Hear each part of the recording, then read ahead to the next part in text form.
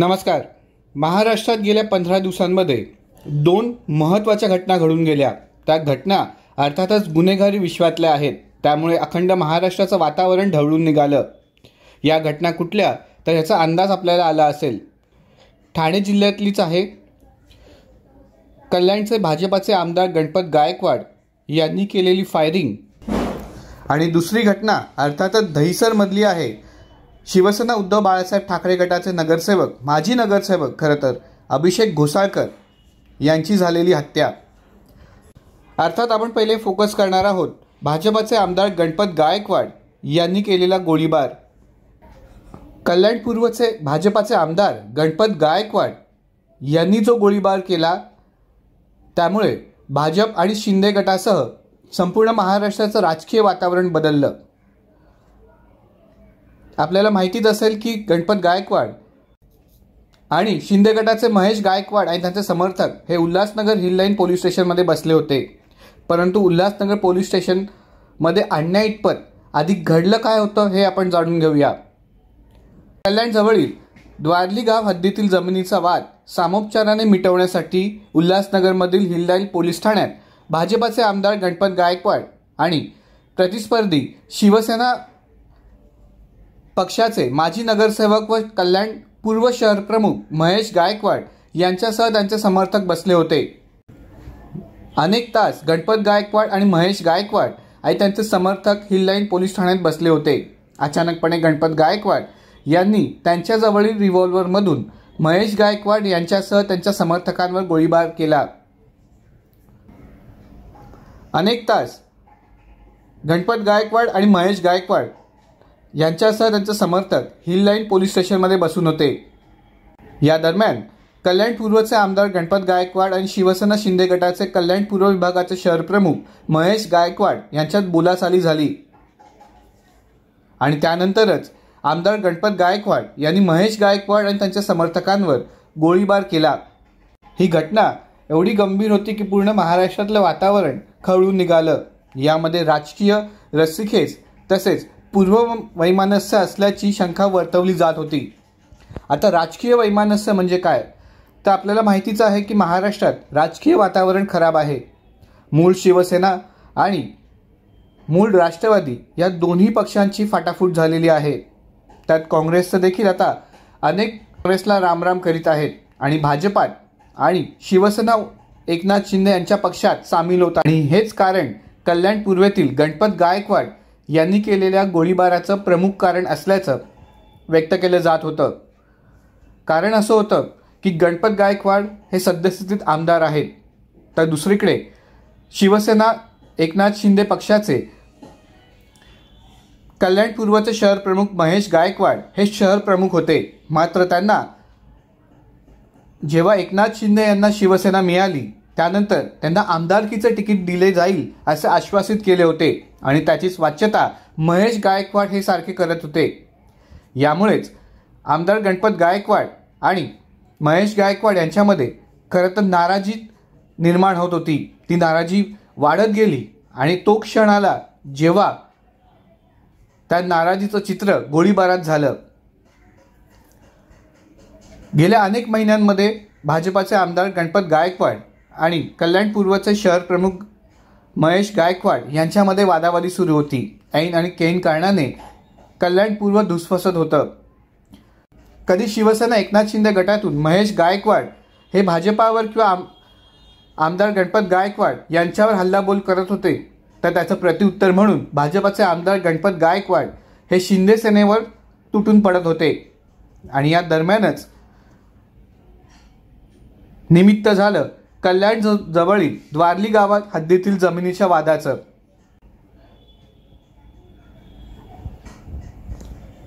तुर्तास गणपत गायकवाड यांच्यावर आपण येऊया।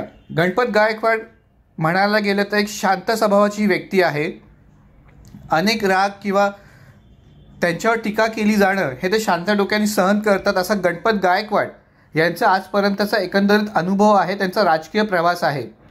मात्र कल्याण पूर्वमध्ये भाजपाची सत्ता जाणार आणि त्याहीपेक्षा गणपत गायकवाड यांचं आमदारकीचं तिकीट कट होणार अशी भीती, खरं तर अशी शक्यता निर्माण केली गेली होती।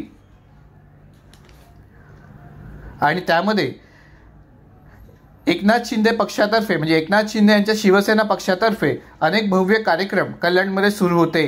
त्या तुलनेने गणपत गायकवाड हे काहीसे मागे पडत होते। या दरम्यान गणपत गायकवाड आणि खास करून महेश गायकवाड हे एकमेकांना लक्ष्य करण्याची एकही संधी सोडत नव्हते। कल्याण पूर्वेतील विधानसभेच्या उमेदवारीवरून रस्सीखेच सुरू होती असे आम्ही तुम्हाला सांगितले आणि तेच कारण नंतर पुढे आले।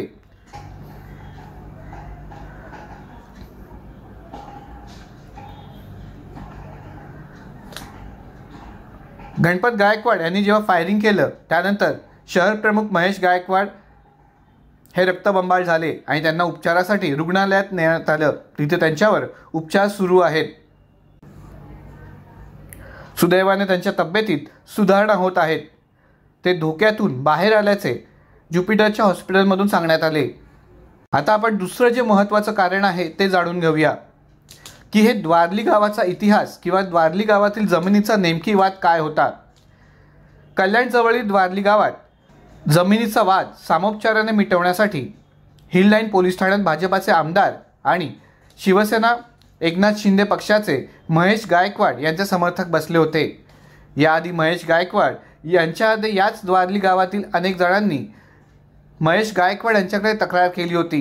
त्यावर महेश गायकवाड यांनी सामोपचाराने घेऊन एकत्र बसून यावर तोडगा काढू असे सांगितले होते आणि त्याचमुळे खरं तर गणपत गायकवाड आणि महेश गायकवाड उल्हासनगरातील हिल लाईन पोलीस स्टेशनमध्ये एकत्र बसले होते।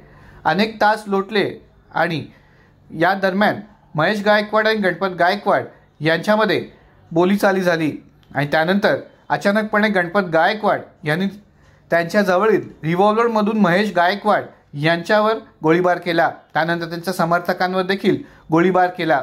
यामध्ये सर्वात महत्त्वाची गोष्ट होती की ज्या पोलीस स्टेशनच्या अंतर्गत हा गोळीबार करण्यात आला त्याचं चित्रीकरण समाज माध्यमांकडे उपलब्ध करण्यात आलं आणि एक प्रश्न उपस्थित राहिला की एवढ्या तातडीने समाज माध्यमांवर आमदार गणपत गायकवाड यांनी केलेला गोळीबार हा प्रसारित झाला कसा, समाज माध्यमांना हा दिला कोणी आणि एवढ्या लवकर एखादी घटना पोलीस स्टेशनच्या अंतर्गत घडत असेल तर त्याचं चित्रीकरण समाज माध्यमांना लगेच देता येतं का।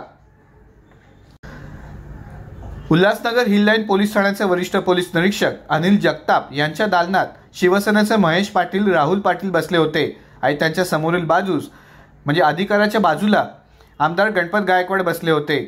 त्याचवेळी दालनाच्या बाहेर नागरिकांचा ओरडा सुरू होता।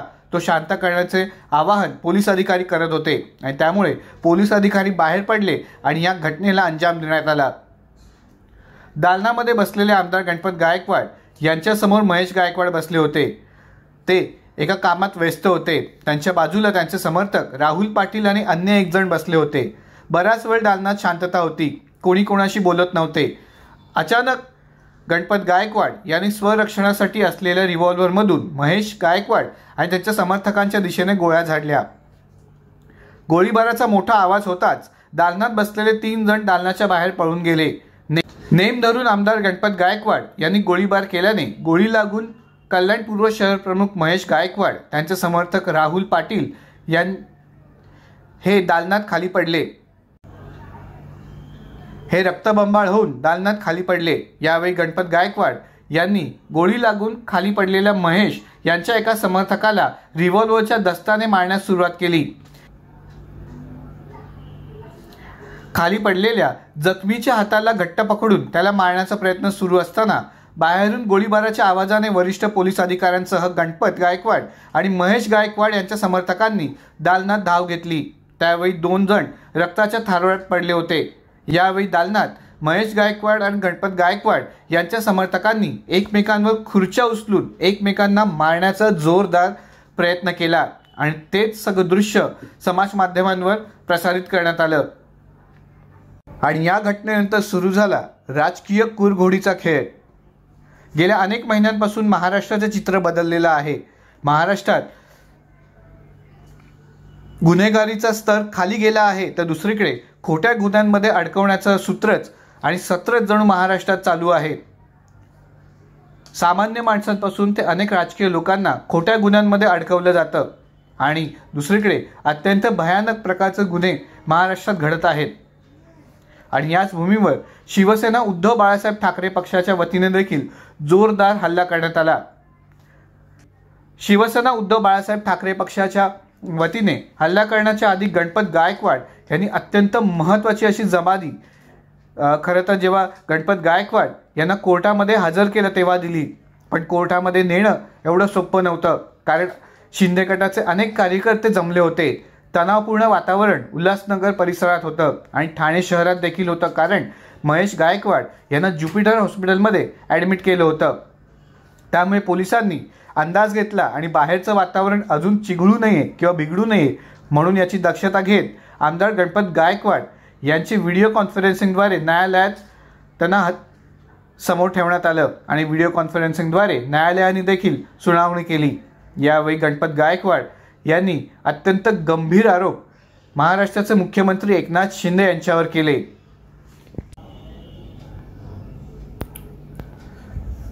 गणपत गायकवाड यांनी घणाघाती आरोप करताना सांगितले की एकनाथ शिंदेंनी माझे पैसे खाल्ले.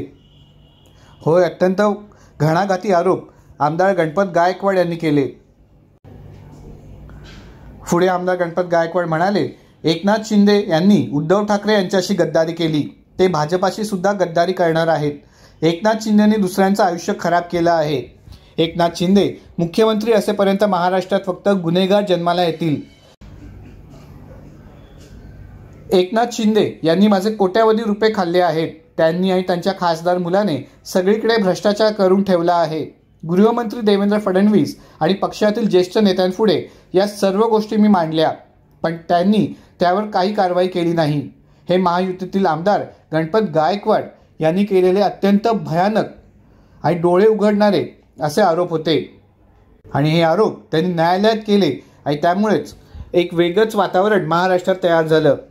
त्यानंतर गणपत गायकवाड यांना 11 दिवसांची पोलीस कोठडी सुनावण्यात आली आणि थोडा या वादावर पडदा पडला. पण याच दरम्यान अनेक घडामोडी खरं तर घडत होत्या. आमदार गणपत गायकवाड यांच्या ड्रायव्हरला देखील अटक करण्यात आली. आमदार गणपत गायकवाड यांच्यासोबत असणाऱ्या काही मोजक्या लोकांना देखील अटक करण्यात आली. त्यानंतर उद्भवलेल्या राजकीय घमासानात काँग्रेसने देखील हल्लाबोल चढवला.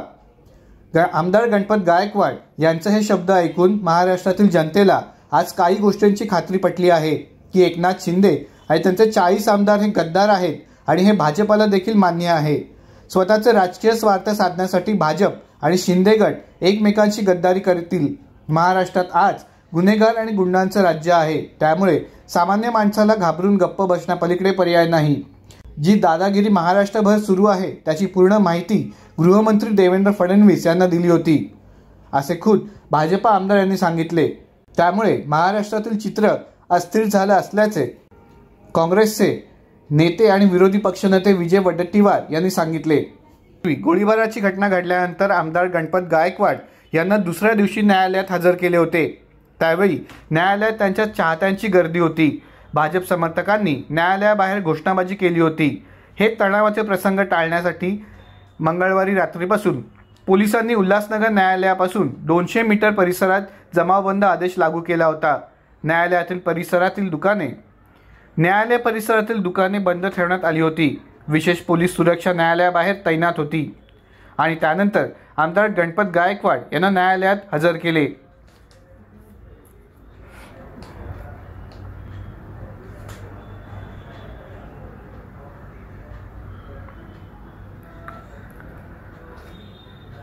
न्यायालयीन कामकाजाच्या न्यायालयात दोन्ही बाजूंकडनं युक्तिवाद झाल्यानंतर आमदार गणपत गायकवाड यांची कडक बंदोबस्तात कारागृहात रवानगी करण्यात आली. कल्याणपूर्वचे शहर प्रमुख महेश गायकवाड यांच्यावरील गोळीबार प्रकरणातील आरोपी भाजपाचे आमदार गणपत गायकवाड यांना उल्हासनगरातील चोपडा न्यायालयात हजर करण्यात आले. न्यायालयाने आमदार गणपत गायकवाड यांच्यासह सहकारी 5ही आरोपींना न्यायालयीन कोठडी सुनावली. सुरक्षेच्या कारणास्तव आमदार गणपत गायकवाड आणि आरोपींची तळोजा कारागृहात रवानगी करण्यात आली. आमदार गणपत गायकवाड यांच्या 11 दिवसांच्या पोलीस कोठडीची मुदत बुधवारी संपली. ठाणे गुन्हे अन्वेषण विभागाच्या तपास अधिकाऱ्यांनी बुधवारी सकाळी 9 वाजता आमदार गणपत गायकवाड, त्यांचे सहकारी आरोपी हर्षल केणे, दिव्येश उर्फ विकी गणात्रा, माध्यम प्रमुख संदीप सरवणकर, वाहन चालक रणजित यादव यांना कडक पोलीस बंदोबस्तात उल्हासनगर न्यायालयात हजर केले. हे प्रकरण राजकीय आणि गंभीर असल्याने पोलिसांनी सुरक्षेच्या कारणास्तव मंगळवारी रात्रीपासून विशेष खबरदारी घेतली होती. बुधवारी सकाळी 9 वाजता आमदार गायकवाड यांच्यासह 5 आरोपींना न्यायालयात हजर करण्यात आले होते. तपास अधिकाऱ्यांनी आमदार गायकवाड यांच्यासह आरोपींची पोलीस कोठडी वाढवून देण्याची मागणी केली. या प्रकरणाचा तपास योग्य रीतीने सुरू आहे. तसेच आरोपी तपासाला पूर्ण सहकार्य करत असल्याचे आरोपींच्या वकिलांतर्फे advocate Nilesh Pande, advocate Sameer Vispute, advocate Rahul Godse यांनी न्यायालयाला सांगितले. नवीन मुद्दे तपास अधिकाऱ्यांकडून समोर आले नाहीत. न्यायालयाने दोन्ही बाजू ऐकून घेऊन आमदार गणपत गायकवाड यांच्यासह 4 आरोपींना न्यायालयीन कोठडीत ठेवण्याचे आदेश दिले. आरोपपत्र दाखल होईपर्यंत ही कोठडी वाढत जाईल. तपास अधिकारी या प्रकरणाचा योग्य रीतीने तपास करीत आहेत. आता आरोपींना तुरुंग प्रशासनाच्या ताब्यात देण्यात आले आहेत, असे ॲडव्होकेट निलेश पांडे यांनी सांगितले. गोळीबार प्रकरणातील आमदार गणपत गायकवाड यांचे चिरंजीव वैभव गायकवाड, नागेश बडेकर हे मात्र फरार आहेत. त्यांचा पोलीस शोध घेत आहेत. मात्र एकंदरीतच या घटनेने पूर्ण महाराष्ट्र हलला. ही घटना होतेच तोवर पुढच्या 8 ते 10 दिवसानंतर महाराष्ट्रात एक हत्याकांड घडलं. ते हत्याकांड एवढं भयानक होतं की अख्खा महाराष्ट्र हादरला. आणि अर्थातच ते हत्याकांड अभिषेक घोसाळकर यांचं होतं. आणि त्या संदर्भात देखील आम्ही तुम्हाला या प्रकरणाचे म्हणजे अभिषेक घोसाळकर हत्याकांडाचे सविस्तर माहिती देऊ. तोपर्यंत तुम्ही आमच्याशी जोडून राहा. धन्यवाद.